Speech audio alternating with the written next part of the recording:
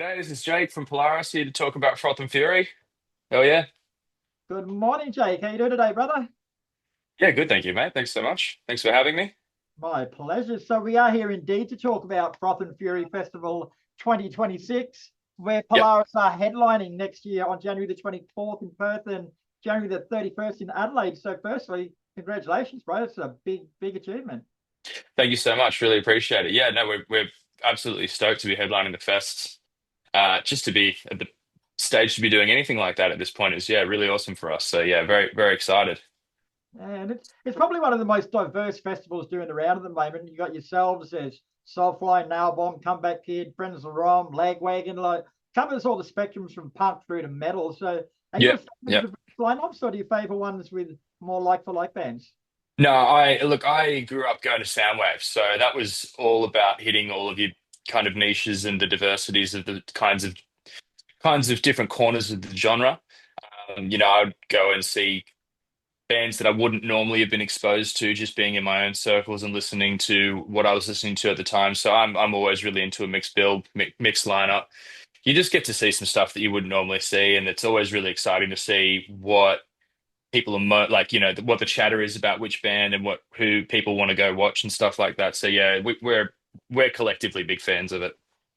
Well, and of course, it's stacked with Aussie bands as well in the lineup too. Like I say, you got yourselves, there's Ocean Sleeper, Friends of Rhyme, Private Function, Hmm. Terminal Sleep, and Zuko. Like, it's great to see a festival that puts so many local bands on the bill instead of just having a couple of token representatives there. Yeah, totally. Yeah, especially greats like Friends of Rom as well. Like, yeah, Mm. it's. I mean, that's again. I grew up going to different fests at home, and it was always just exciting to see from the local, up and comers to the homegrown heroes playing on the stages alongside all those different acts. So yeah, it's awesome to see that representation. So, from someone within the music industry, I guess that has achieved success so far, bro. Like, how important are opportunities like this for Australian bands, and what can they take out, like the emerging bands in particular? What can they take out of something like this? Well, I think that it does just help to I guess being here in Australia, we're so separated from the world, and there's kind of almost like this illustriousness to some of the bands that do come over here and play shows. Getting to see some of our bands rub shoulders with them, regardless of what level the band is themselves, kind of helps to put the image of that band in a similar kind of place in your mind, especially as a young audience goer. I remember when we were young, the pinnacle of what we could, just to go back to Soundwave again, was always we just wanted to desperately play that festival. And sadly, it's not with us anymore. But every time we get to do something here at home, I am always reminding myself of what it looked like to see those local bands, to see the local the homegrown heroes and stuff like that. And yeah, I guess to the bands that have been playing it, yeah, I mean, just enjoying festivals is the best part about playing them. Really, like getting to take in everything that's going on, all the different acts and all of the air of excitement and so different from a normal show, like being open air and having so much going on. So yeah, just it's always a bit of fun and it's just good to enjoy. And Froth and Fury started life during the COVID era in 2021 at Pirate Life Brewery, and it's grown this year to Perth and for the first time. It's making its home in Adelaide, mate. So usually Yep. it's the big ones of Brisbane, Sydney, and Melbourne that get all the fun like this. So it's good to see Perth and Adelaide actually getting a run. I think that is really cool as well. Yeah, Mm. because they do get cut out a fair bit, and I think that this is more catered and tailored to them, and that's kind of really special. And I wouldn't doubt that you'd probably start getting people traveling from interstate to go to the shows as well, which is probably a nice change for Perth and Adelaide. Yeah, definitely. So yeah, it is really great to see, and we're beyond stoked to be a part of it.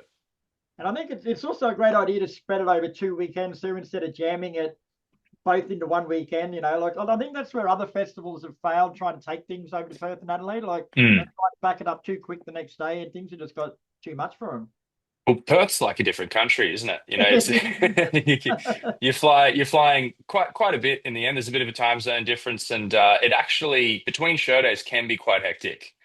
When you're trying to get from Perth to Adelaide or Adelaide to Perth for a back-to-back show on any festival or tour run, depending on the time zone switch, it can really take it out of you.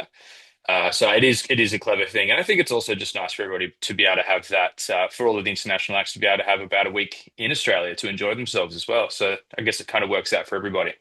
Yeah, definitely, man. And So out of all these bands, we listed them off before. There's so many of them, mate. But who are you most looking forward to seeing and playing with? Probably Friends of Rom. Yeah, they're never Yeah. far, be they? No, yeah, always good fun, totally iconic. It's just it's that's just the Australian love there. And another up and coming band that I haven't been lucky enough to see yet would be Ocean Sleeper, so I'm looking forward to seeing those guys as well. Yeah. And like, do you guys go to festivals like this for the whole day and see other bands, or do you just prefer to arrive closer to your set and get on with business? We're usually there the whole day. I guess, in the past, we've only really been lucky enough to, don't want to forget anyone, but I'm pretty sure that Night and Day was the first and only time so far we've really headlined a festival here in Australia, and that was amazing. And we hung out the whole 2 days. We were there just seeing bands, playing our set. It's this tricky balance, particularly for myself and Jamie. Got to look after our voices, not be running around chatterboxing too much and drying everything out and just exhausting ourselves. But even just being on the grounds and just kind of even just sometimes backstage hanging out just with some of your team and just taking it easy. It's always nice just to be in the presence and just to feel the air of everything that's going on. Now, we spoke before that festivals like this are great because you get a chance to see bands you might not have heard of before. So just Yep. say someone's come along and they haven't heard much of Polaris, like what three songs of yours should they listen to get ready for your live set? Yeah, okay. Well, I should probably try to pick something from each record and get a bit of diversity going there.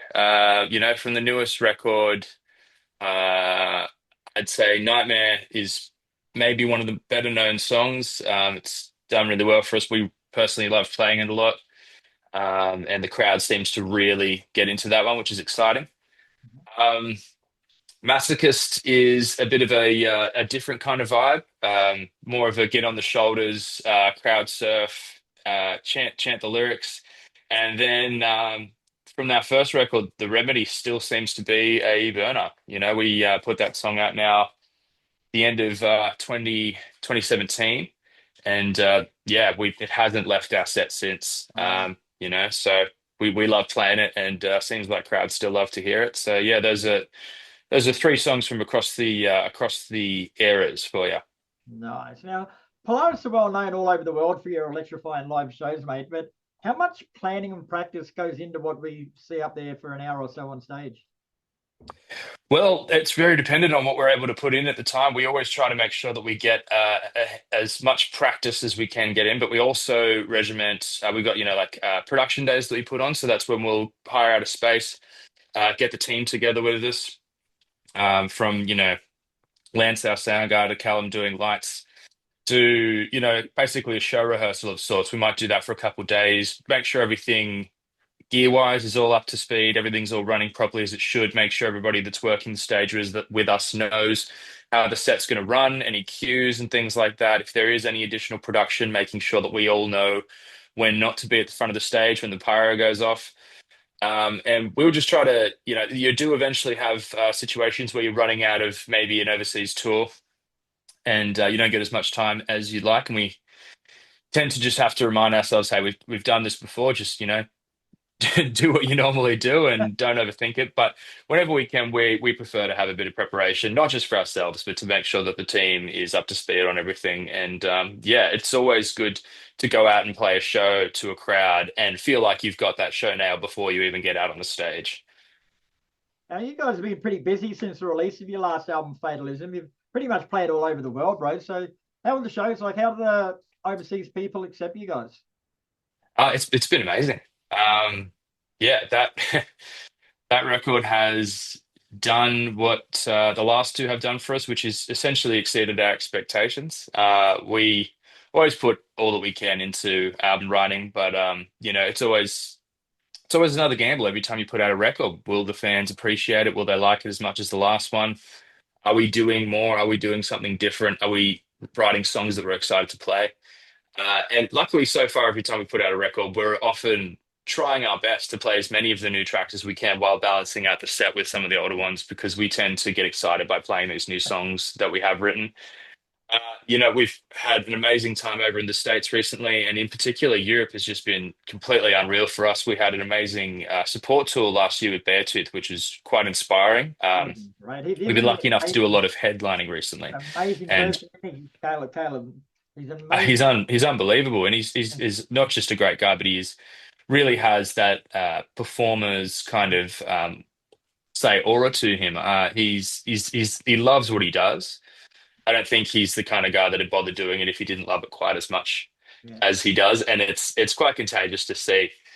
We felt quite inspired watching those guys, and actually took from our experiences watching their show and implemented a few of our own fresh ideas into the Not Fest sets that we played at the beginning of this year. And that was really fun because it just kind of added a bit of excitement to us. We threw in a few different kind of production ideas and little elemental changes to the songs. So it is always just really great to get to do those kinds of supports where you do get to see another band that's been doing it for a bit longer and just kind of be in awe of that and want to kind of up your own show and performance as well. But most recently, we were really lucky to do a European festival run. We played some of the festivals that we've been watching Right. footage of on YouTube since we were young guys, and particularly the Am Park and Im Ring. I might actually have that backwards now that I say it. But those shows were completely unbelievable for us. We got there and saw the stages and the space, and kind of thought to ourselves, "Oh shit, there's just so much space. We'll be lucky to even have a quarter of this field." And when we got out on the stage, we could just see people as far back as it would go. So many people turned out to see us. We were so grateful.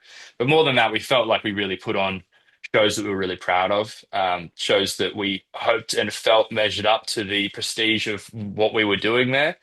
And we walked off stage after those sets with just the biggest grins on our faces, feeling like we'd really just done something that has kind of been in the making since we were just young guys, just learning instruments and putting together the concept of a band. So that was particularly special for us this year.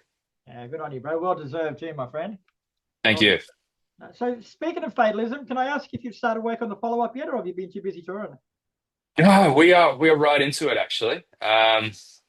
We writing sometimes takes us a little bit to get stuck into, and we were quite busy with touring the last record, but we are well underway with this new one actually, making some really good progress. I was actually just doing a bit of writing with Rick now. We do a bit of online work these days, so we'll hop on Discord, share links online that lets us listen to what each other are working on, and we're actually finishing off a song at the moment that we're really excited about.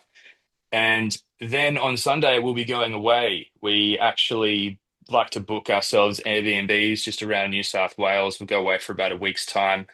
And so while we'll do online writing in between, we love to get, in a house together, in a room together, work for a solid week, and we'll be up in the mornings and work through the evenings. And yeah, that's sometimes where we get the bulk of our work done. And it's really handy because these days, with our busier lifestyle, well, busier lives, and we don't all live as close to each other as we used to, it is good to just have that mandated time where we can go away and just totally focus on Oh, that sort of stuff yeah. and make some real good progress there. So yeah, we're well in the thick of it at the moment. Nice. And what sort of direction is it taken? Is it what fans would expect, or are you guys going to throw a few curveballs in?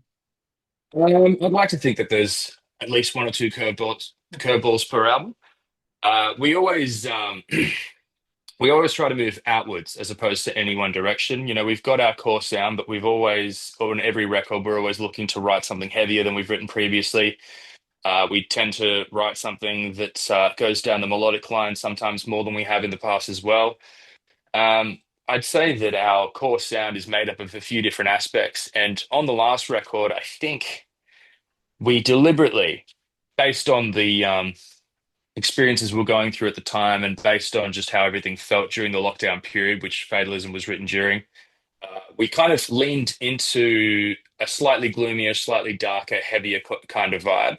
And maybe to a degree, somewhat neglected some of our more melodic aspects. And I don't just mean that by clean vocals and singing, but just within the instruments themselves. And so there was a lot of songs that got written at that period that we left and didn't necessarily work on for the album in particular. And it's been awesome to come back to those and to realize how excited we were to put those together into different songs. But yeah, I think it's there's a lot that we want to say on this album. It's got a lot of what you would expect from us in terms of uh, melancholy, melody. We're always trying to find new ways to do this, different things that we personally enjoy in our sound. But yeah, it's just been it's just been maybe the first one of the it's the first record I feel like that things have really just felt fall into place quite quickly. We often beat ourselves up when we're making records, and this one has been painful at times, but it does seem to be coming together in a way that none of the other ones have before. And I think that we're just as excited, if not more excited, for this one than we have been about the others. Yeah, we're getting quite far along with it now, and yeah, I'm just loving everything that we've got on it so far. So I am just really excited. We're all really excited just to show everybody. Fantastic, mate. Like, there's still a few months to go between now and Froth and Fury, mate. So, what are you Mm. guys up to in the interim? Are you going to take some well-deserved time off, or are you busy? Well, this month is essentially us writing. Next month we actually go to Japan for a couple of shows to play with Pale Dusk. They're Nice. really, really great friends of ours. We first went over to Japan back in 2019 with those dudes, and since then we've played together in Europe and in America. They're absolute legends. We love those guys, and we're so excited to be going back to play with them as well. We will have a little bit of time off after that. I think we're actually going to be staying back for a few days together just to explore Japan, just to eat some food, just maybe blow off some steam between writing sessions. And then once we get back, we'll be back into the swing of things and yeah, just working on songs and getting things ready to record. Fantastic, mate. But in the meantime, you are headlining Froth and Fury next year, January 24th in That's right. Perth, the 31st in Adelaide. So, again, congratulations, mate. It's good to see an Australian band headline. Like, there's some great bands there, but it's good to see you guys front and center above it all, mate. Congrats. Thank you so much, mate. Appreciate that. No worries, bro. You take care, man. We'll see you over there. See you then.